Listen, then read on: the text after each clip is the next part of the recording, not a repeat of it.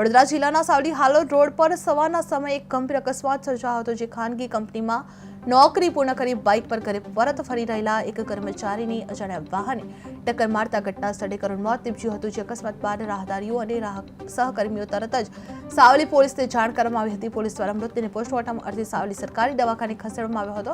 સાવલી પોલીસે અકસ્માત મોતનો ગુનો નોંધી ફરાર વાહન ચાલકની શોધખોળ સહિત વધુ તપાસ હાથ ધરવામાં આવી છે।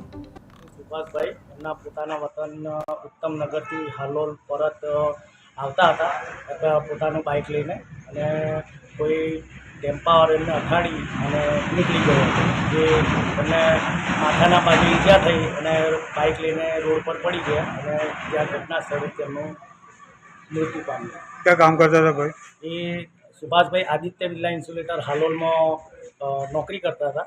એ નાઇટ શિફ્ટ કરી અને હાલોલમાં જ એ રહે છે, પણ એમનું વતન ઉત્તમનગર છે। ત્યાં દર્શન અર્થે સવારે ઘરેથી નીકળ્યા હતા।